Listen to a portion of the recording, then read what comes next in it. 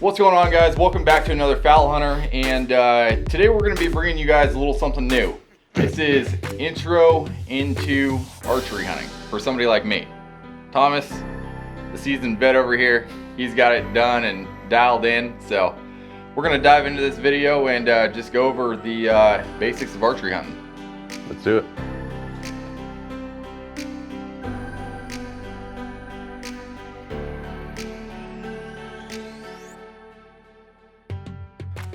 Okay, so when we talk about the intro into archery hunting, especially for somebody like me who hasn't really picked up a bow since, oh man, maybe 2010 was the last time. 2010, 2011 was probably the last time I picked up a bow in order to hunt archery deer here in California. And I would say even at that point in time, I knew absolutely nothing about a bow. I mean, obviously this is a bow, this is a release, this is a sight, this is an arrow rest. That's what I knew. So, now I'm basically trying to extend my hunting season for as long as possible, and why not pick up archery? A lot of guys love it. A lot of guys have traded in their rifles to just solely archery hunt, and I think it's a little thrill and excitement about it that I want to get into. This is something that I think has been a long time coming. So, Thomas, as far as a beginner or somebody who has little to no knowledge on archery, what are some things that we need to pick up?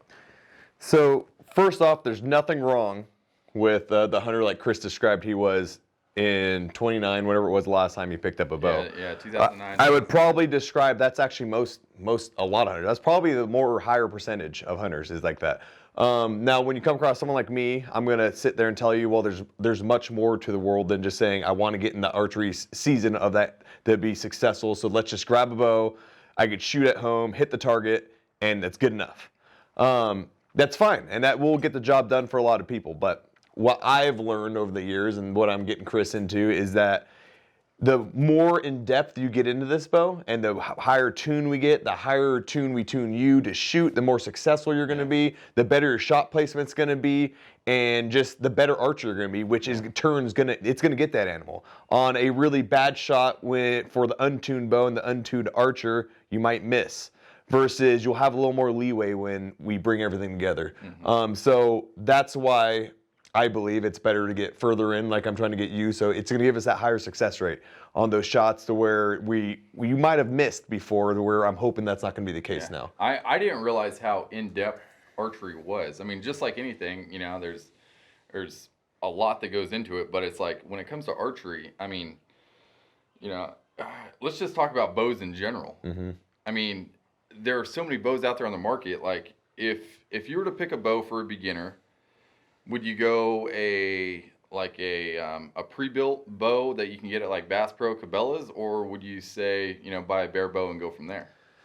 So in my opinion, it might differ, but in my opinion, I'm a strong believer of it depends. So I'm not gonna a $400 bow could be just fine for you. You don't have to go out and spend. I mean, this is an old bow now. I haven't shot in a while, and I'm just starting to pick it back up and re-get into it. But this is old Matthews.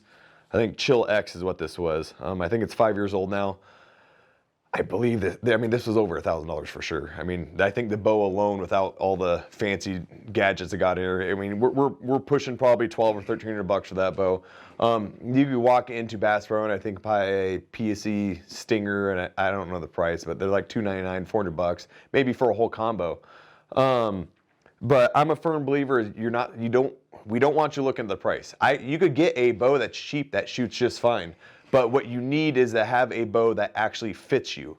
So when Chris here was getting ready to get back into it, I was firm with him, telling him that he had access to getting an old bow, and it was a really old bow compared to these PSE Stingers, but his price range was about the same. So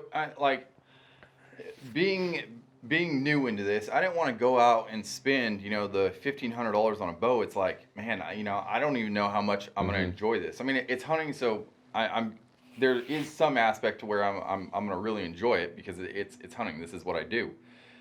But to drop that kind of money on a bow, that I'm like, man. Yeah. I mean, it was just like, Which it's fine. Yeah. It's fine. You don't have to. And that's what I was getting at, is that I was pushing him actually to get that old used bow, which was the same price of walking into Bass Pro and buying a PSC Stinger or a Diamond. They have intermediate bows. It was the same price. So he was leaning more, he wanted the new bow. Why get used when I get new for the same price of that older Matthews bow he was looking at? But the reason why I was steering toward the old bow, which he ended up, that's not this. He got something else eventually, but is that the bow fit him better. He's a tall guy. What are you, 6'4"? Yeah, 6'4". So Chris is 6'4", and some of those intermediate bows are 30-inch axle to axle. Now, a smaller bow is nice to get in turkey blinds and stuff like that, get around the brush, but I mean, just the axle to axle, in my opinion, it's going to kill you for a taller guy. The angle that your string's going to come off, it's not going to quite fit his face. And for him to have fun and just shoot and have a better successful shot, in my opinion, I felt like the Matthews was going to be the better bow. And then lo and behold, before we ended up getting anything, he found a really good deal and he got this Prime, which is a 33. Is that a 33 axle? Yeah, I think it's 33 and 3/4. Yeah, so a 33-inch axle bow for him specifically, with the string angle we're going to get off these cams for fitting up on his taller frame. I mean, it was a no-brainer for me. So yeah. I told him to get in this bow, and this was going to, and we set him up right. And the axle to axle is something that was completely like new to me. It's like, okay, I mean, I just thought there were compact bows and then there were longer bows. You know, it's like, I don't know. I mean, I had no idea that played that much into overall height and comfortability and accuracy and everything, and so on and so on and so on. Yeah, so just a quick rundown. There's two figures that most people, I mean, there's a lot more than that, but there's two numbers you guys want to pay attention to.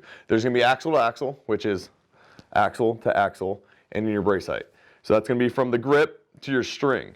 You sacrifice with functions of going which direction. So a taller axle bow are typically slower, but yet you get better accuracy because now your canting is a lot less notice. If you had a smaller bow and started weaving it back and forth, your string angle is going to be flying back and forth. Versus if you had a tree trunk and actually moved it, you'd notice that your string, you don't notice the string angle as much, which helps with accuracy when you're holding on spots. And then your brace height. The shorter the brace height, you get speed. But with the speed and the shorter the brace height, the longer the arrow is traveling on the string, which means the longer chance for the shooter to influence the shot for a bad shot. So you have to be even better shooter. And we're talking minute things here, but what I'm getting at is that there's give and takes for everything. For all these numbers, there's give and take. So you really got to set this bow up to be the best archer for the shooter. So I like to try to match all things. So for Chris, I think we got, for his price range, we got the perfect axle to axle, the perfect brace height, that matched him as a shooter, which also got about the fastest IBO speeds, which we could out of this setup.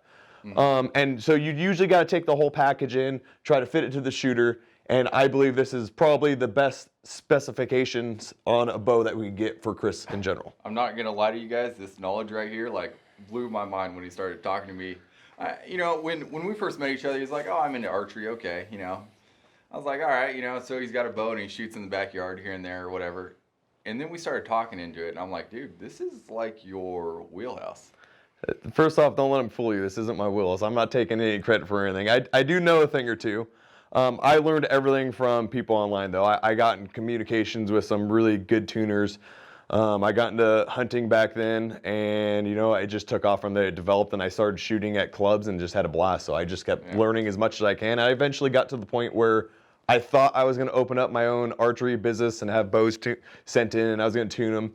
So I bought everything. I literally have everything to do everything in my garage. Yeah, I mean, you're and never jumped into that. So now I just ended up with all the tools and gadgets. Yeah, it's nice not having to drive down to a shop and spend a bunch of time there. And, you know, you can just come here and hang out. Yep. So I guess the roundabout answer on that is don't let price scare you away. You guys could very well get a cheaper bow. Just make sure it fits you guys. And so what about, like, you know, a big thing that I was looking into is like draw length adjustability, or a fixed draw length and poundage and all that. Like, what is that, and how does it play into a bow? So I'd say majority of the bows out there nowadays come with an adjustable draw length. Not all of them. I wouldn't say there's pros and cons to both. It just so happens the bow you see here and the bow you see there is a fixed draw length. If he needs a different draw length, he has to have a whole new module, order it, change things out on this cam to get it to fit him. It's very nice just getting into archery if you could figure out your draw length with a bow that has adjustability. So now if that doesn't look right, you keep changing it around, which draw length is very, very important for if you want to be the most accurate shooter.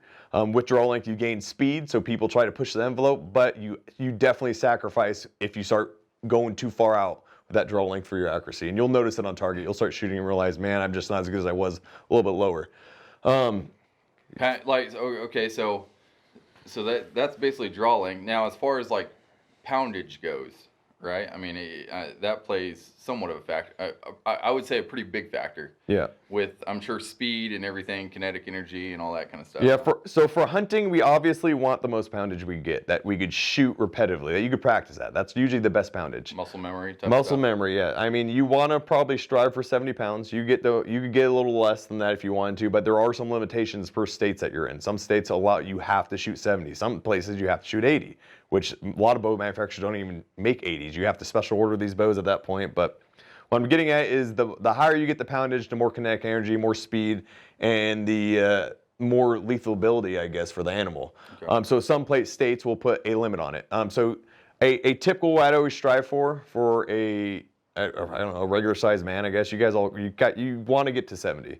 Now, obviously, a well-placed shot is most important. So if you struggle and just can't get to that, then you go down. So you say like as far as a range, like maybe like 60 to 70 if your bow's got the capability. So so I haven't been keeping track of the brand new bows. Like I said, I've been with all the kids coming into my life lately. This took a back burner. So when I left, most bows had adjustability from 60 to 70. I wouldn't be surprised now because they seem to be cramming more and more things in these bows if they went lower now. But I don't see any reason why most people can't pull back 60.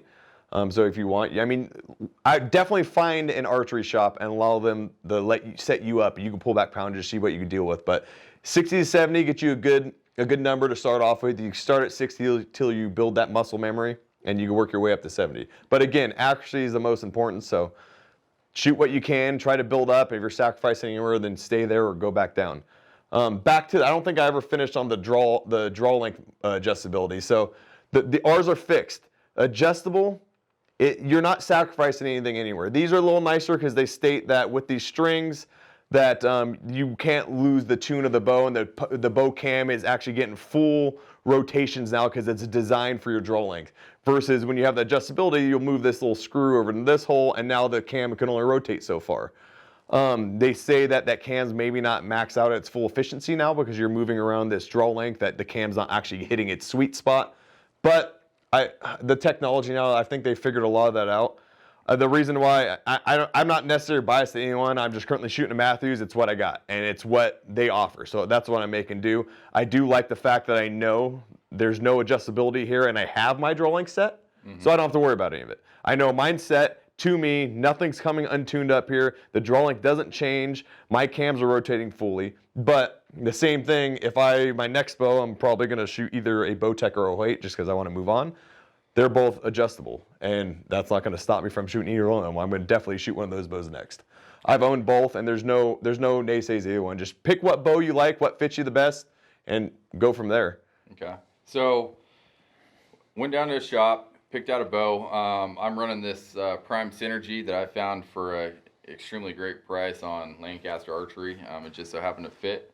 So got a bare bones bow in the mail, and then it was time to start putting all the little bells and whistles and all the little fun stuff on there. So sights.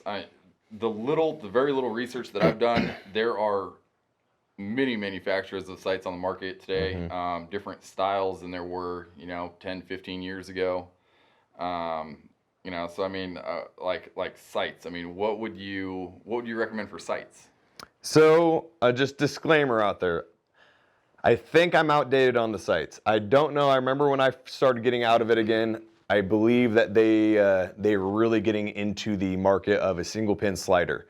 That wasn't the case when I was in it. It was going that way. And a single pin slider means you just have the one pin. Yeah, so if you see mine here, you see there's multiple pins here. I got 5 pins. So a single pin would there only be one, and depending on the yardage, you're spinning something to get that pin to the yardage. So if you have a turkey at 30 yards and you currently have your bow set at 20, you'd move this up to 30, and now you just use that one pin to shoot. We didn't use that back then. Everything was 5 pin stationary. That way it's faster. You don't have to worry about adjustability. You could gap pins, and you have pins with 5. You have everything set 20, 30, 40, 50, 60. So depending on what you yardaged and figured out where it was, you make your gap or you put your pin on them and you shoot. So I would suggest that, but like I said, disclaimer, I might be outdated on that. From somebody new coming into this, I like the idea of having set pins because just when you start rotating dials and everything, and you're in a hunting situation, I would assume the less movement that you can do, I would think it's the better. But I mean, what do I know? Yeah. I don't know anything about this stuff. So the only thing, for my opinion, currently, if you guys want my advice, get into a good site. They make sites that are pretty cheap. You're just gonna end up replacing that very soon.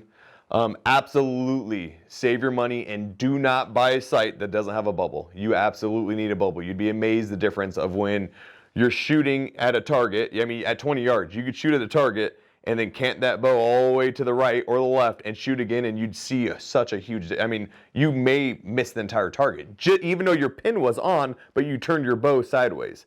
The bubble, you have another reference point to make sure your bow's level at all times. So when you're shooting, you check your pin, you check your on target, you check your bubble, you release your arrow. So Chris has here a spot hog. It's a really basic spot hog. Yeah. Has 5 pins on it, and it has a bubble. It's got a bubble. Yeah. It has left and right and up and down a movement adjustability and each individual pin. If I were you guys, I would make sure, I mean, you could, if you want to get cheap, just make sure the cheapest I would go is making sure you have up and down, left and right movement, and a bubble on there. And I like 5 pins. It gets you 20, 30, 40, 50, and 60. So. And after you said that thing about a bubble, I catch myself now, like, when I come to full draw, my nose isn't on the string yet, but I'm sitting there and I'm trying to get the bow level as it is, so that when I come onto the string, I can double check the level and then go to my pins. But it's nice because I know I'm always level, whether I'm standing up on a hill or doing whatever. It's actually kind of convenient. Yep. Now they make more expensive sights. If you guys want to get into them, they start coming with 3rd axis bubble tunings, and that basically gets it when you start canting down at things. Say you're in a tree stand, you'll notice that your 20 pin and your bubble isn't actually accurate anymore. So when you level it, you might miss. 3rd axis makes sure that no matter which way you're canting your bow, you are level. Now that's a little, I mean, that you start getting the more expensive sights when you get into that. It's not needed. People have been using without those for many, many years. Okay. And if you're just starting, like I said, I would suggest something like what Chris has: up, down, left, and right movement, 5 pins, and a bubble. You could have those for I think like what, $60, $70? Yeah, I mean, I'd say I think this one was probably a little more expensive. Maybe, it's a spot hog. It's a better brand. Yeah, maybe like 120, but I mean, you're getting a decent sight for, and you're not really breaking the bank on it. Okay, so we covered sights. Now, arrow rest. This is something that I didn't know. I didn't know much about at all. But apparently there's a difference in arrow rest and how much contact it has with the arrow and everything like that. So I mean, have at it there, buddy. You're rocking the show. So arrow rest, please save your money. I know there's a lot of people who shoot with them, but I mean, these arrow rests are so cheap now. Do not buy a Whisker Biscuit. I mean, they come free with a lot of the bows, but that literally should probably be your first investment where you change. You'll be amazed at how much your precision changes just going from that Whisker Biscuit to a drop away. Quad, I think Quad makes one for like $74. Ripcord makes a really good one for $100. They make so many good dropaways now for a cheap price. In my opinion, that should be your first improvement to your bow. If you bought a packaged bow that came with a Whisker Biscuit and all the fixings on it, your first thing should be a dropaway. Now, importance again on those, I mean, just to save yourself money, even if you want to get the cheapest possible, just make sure the cheapest one you have, again, up, down, and left and right movement. That way it gives you all fields. You could tune your bow and as much as you can. and you have all the corrections needed. Like I said, I think one of the better deals on the market, always has been, even since I was the ripcord. Chris has it on his bow right now. It was yeah, it's kind of, I believe it was $100, and that gives you all the adjustability we need. it's like the ripcord red or something like Yep, that. his drop weight attaches to the cable. We currently have a hot dog on it, or what is it, football. It's called a football clamp. We have that on his. The only reason is because this cable here didn't reach down underneath here. I usually like to serve these into the cable, but we were just trying to get them rocking and rolling, so that's how we ended up doing it, since I didn't have a long enough cable. And without extending it or doing whatever else I want to do, that's just what we did. Then they make other drop ways. They all work just fine. So this is a string powered drop away? Yeah, so it'd be considered a cable-driven drop away. Okay. So you would see something like mine, which, what is this called? It's a vapor trail. It's a limb driver. So this is actually driven off my limb. So I have no cable that's touching, or I have no string here that's touching my cables. There's benefits, but I don't think there's benefits, but they're so minute to each one, it doesn't matter. Just get into one out over Whisker Biscuit, please. So the difference is, you'll see mine comes up to this limb up here, and I'm tied off there. So when the limb flexes down, because I had drolled back, my drop away picks up. And then when you shoot, obviously your limbs flex up, which now puts tension on my drop away and pulls it back down out of the way. Like I said, I have up, down, left, and right adjustability, and it's a drop away. That's the most important thing you can do. Yeah, and that was something that was, again, completely new to me. I mean, when he's sitting there, measuring my rest and doing minute adjustments, I'm like, what's going on here? But I mean, the bow shoots phenomenally well now. So yeah, I mean, that was big right here. These big old things right here, stabilizers. That's probably the one thing that I knew, as far as like, okay, every bow needs a stabilizer. Yeah, those are a little more overrated than anything. They do help out with things. They help you hold on target more. But to be honest, in my opinion on stabilizers is it's more for having fun. So this is going to help you when you're out having fun shooting targets. If you're going to a range to shoot, you want to press some people and hold on target a little better. That's what these help out with. Do you necessarily need it for a 20-yard shot at a turkey? No, I don't think so. You're more of using it for the dampening, the sound quietening, maybe, and then just fact, if you think you're better with a stabilizer, which most people are, it helps with accuracy, and you practice with it, well, you should probably practice and hunt the same way. Yeah. So I like it because of that, and since I practice and shoot my best with it, it comes out in the field with me when I hunt. It is a little more weight, but I mean, it's not going to break the bank. If you can't carry it with this, you probably couldn't carry the bow anyways. So, I mean, it comes out hunting with me. I leave it on. Yeah. You just work around it. And then I've got the little sling or whatever. Yeah. There, Sling to hold onto your wrist in case you drop it. It'll keep it there. Yeah. So don't let the stabilizer scare you. If you don't want it, don't get it. It's not a necessity. It's one of those extra things. This would be one of the last things I upgraded if I were you guys. First drop way, get into a sight that I said had up, down, left, and right adjustment with a bubble. And then if you keep going for upgrades or keep wanting, you might be able to get yourself a stabilizer. But to be honest, this is one of the last things I'd put money into. If you have unlimited funds, you just want to dump it all, by all means, get it. But okay, so now let's before you dive into arrows, I mean, let's go over a release. Seems like when I was shopping around, there are a bunch of different releases on the market. I mean, what are some key points to take away from selecting a release? So a release will do a release job. And this is what, a dual jaw or something like that? Yeah. I think it's going to do its job, especially when you're talking about hunting. The main thing which I was complaining about Chris originally when he was going to buy something else, the main thing I would just stick to if you're going to get a wrist release, there's other hand grip releases, there's finger shooting. I mean, there's a bunch of other shooting. For hunters, majority of hunters, you'll see them, they're using something like Chris has right there. Just get something like a belt that has a belt buckle strap or whatever you call it. Yeah, buckle strap. Yeah, buckle strap, because it can't move in. Yeah, back in the day, I used to run one with Velcro, and I noticed every once in a while, over the years, it starts to slip. Yeah, well, and it depends if you Velcroed it in the same spot every time. I mean, just imagine how loose it is on your hand. So if it's really tight on your wrist, it's not going anywhere, even if you're pulling. But if it's really loose, it now has room to pull forward. So you just change your draw length, which your entire bow is set up for your draw length, which is set up for your face touching your nose or your nose on the string, going through the. I mean, it changes everything. Yeah, versus if I put it in the same hole each time. You put it in the same hole every time, you're going to pull back to the same spot every time. So now the roller coaster of arrows.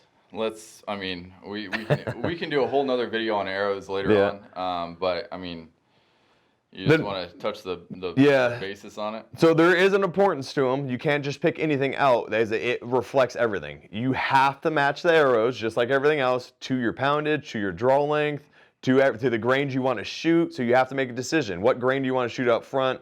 And all that changes the arrow's spine. So it depends on what type of spine you want. And that also changes with the length you want to cut the arrows. So just make sure just don't go in there and start buying everything without researching anything or talking to someone. A lot of times even on the back of the arrows, they'll tell you 70-pound bows at 29-inch draw, go here, pick a 340 spine or a 300 spine. Just make sure you get the proper spinage. And then make sure that reflects with the grain tip you put in front. Again, I'm thinking I don't know. I don't know if I'm outdated or not on this, but there was a big push back in the day that hunters used 125 grains. I'm thinking that the push towards mechanicals now that a lot of us are using, I don't know if the grains necessarily mean as much, and I know a lot of people are going for speed now. So you see a lot of people shooting 100 grains up in front. So just make sure you research that and at least make sure that grain in the front's matching the spine and the type of arrow you're cutting. And other than that, I mean, you could get really good arrows, but I mean, to start off, if you're just learning, I mean, just pick up some arrows at the local store, whatever they ask what they suggest. Pick those up. The main important thing is make sure you get the proper spine with the proper tip out in front. Yeah, and then just go from there. Mm-hmm. Okay, so I mean, we pretty much covered everything as far as like a bow goes. I mean, you have any like drawing back? Yeah, I've heard a lot of guys say, you have to draw back to the same spot each time. Yeah. And that's anchor points. So I mean, the anchor point that I used to use back in the day, I used to try to lock my thumb behind my kind of behind my neck. I noticed that I'm sure I was inconsistent on that because I probably didn't put it in the same spot each time. Now you were talking earlier about putting your first knuckle and burying that behind the ear, as far as an anchor point, and then the touching the tip of your nose putting your nose on top of the string. So yeah, so a couple new shooting tip techniques, if you will, for the new archer. Like I'm saying, I'm not a professional.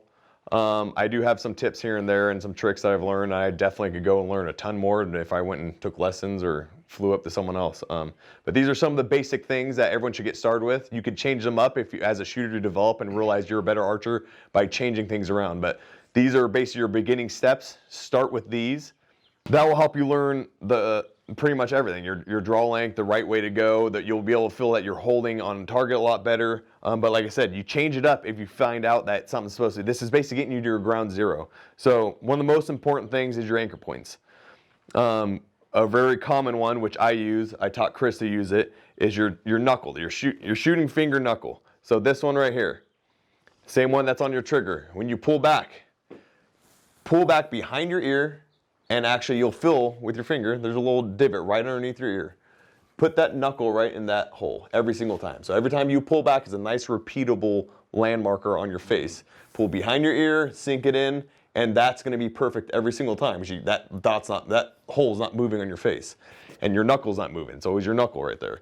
And then coupled with that, you like 3 points of contact in your bow, because the more points of contact, the more accurate you're going to be, obviously. So the 3 points that I use is that, and I touch my nose in my string. So every time I pull back, you could close your eyes and just comfortably touch your nose to that string, and with the angle, you should be able to touch the tip of your nose right dead center, right on that string. And then you open your eyes and you should be lined up with your peep. Next one is your grip. So your grip on that bow will be your third piece of contact. And this is one of the more important things. It seems like bows are getting more and more finicky with their grips nowadays. And especially if the grip is something that we found out on mine. Yes. For sure. So you really have to, depending on what bow you like, and don't let this scare you off. If the bow fits you good and you like it, that's most important. Get it. But a bow like mine, the Matthews, there's no yokes, or there's no static yokes that I could tune. Chris's, his doesn't have any yokes you could tune either. So with these bows, they have some cameline in them that you can't tune out. They do have a system that gets rid of a lot of it. Like you see this floating yoke system here. It's supposed to twist and Chris has dual cams up and top and bottom. Is that little thing right there? Is that what it is? So no, the 2 cams right here, and it also has that underneath, which also is a floating system. So that eliminates a lot of cam, but it doesn't get rid of all of it. Without a way to tune it out, other than shim cams and stuff, but still, those are a guesstimate. They don't get you perfect. Your grip comes into a huge play. Now you'll hit on target when you have a fletched arrow, but what we're more of talking about is when you really start tuning these bows is when you shoot fixed blades. Since we're talking about hunting, that's what we worry about. If you shoot a bare shaft and you get that tuned, the fixed blades will be tuned. So bare shaft tuning is shooting an arrow without any fletchings. It's still got the tip on it. Yep. But just no fletchings. Yep. And so the purpose of that is to see how well your bow is shooting an arrow that has nothing to steer it. So if it's pushing it straight and it's tuned, then you know everything else is going to fall in line as well, i.e. fixed blades, and all your broadheads. And if it's not tuned, what's that shaft going to do when it hits the target? You're going to notice something crazy where it's sticking sideways, up, down, left, right, and you know your bow's not tuned. And the purpose I'm bringing this up for is that with mine and Chris's bow, our grip is so important that it could affect that. And without a way to tune that out, which it should be minor with these type of bows, but without a way to tune that out, you have to have your grip on point.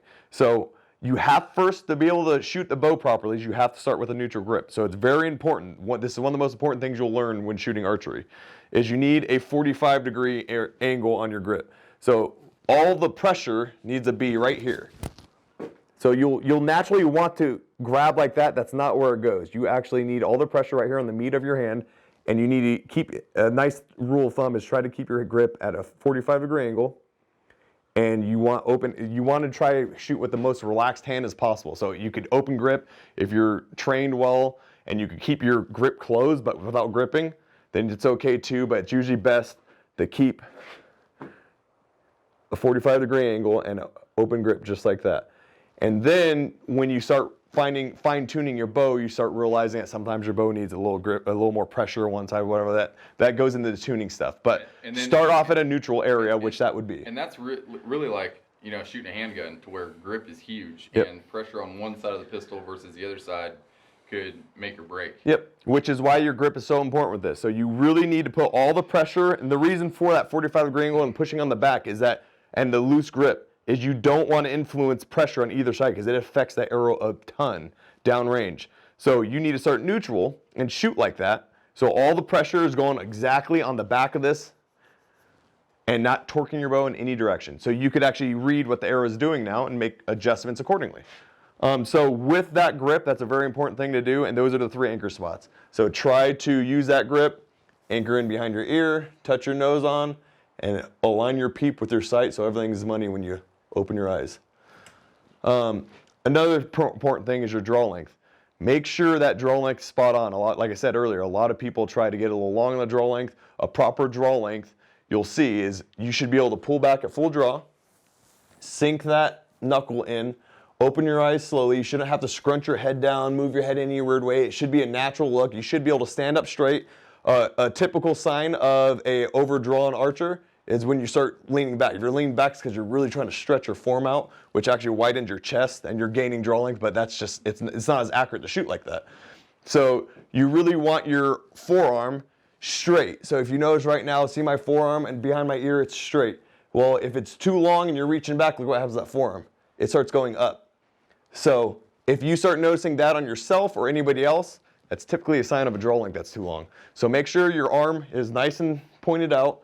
Your stretched out front arm, back arm is at a nice angle in line with your arrow, and all your markers are lined up. And adjust your draw length accordingly when you're trying to find it for your body to fit that. So standing up perfectly straight and all those other markers. When you find that, that's probably your draw length, and you're probably very close to that. You could fine tune for a little bit better and find another spot. That's probably where you're going to be at, though.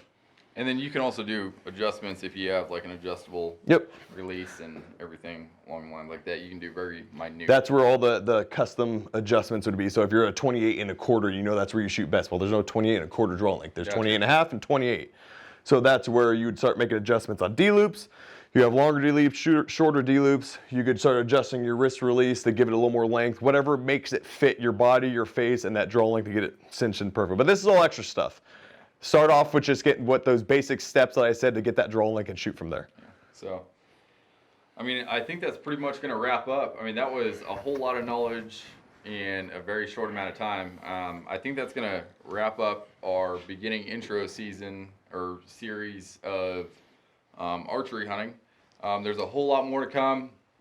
Like I said, Thomas has been doing this for years. I mean, well before I met him.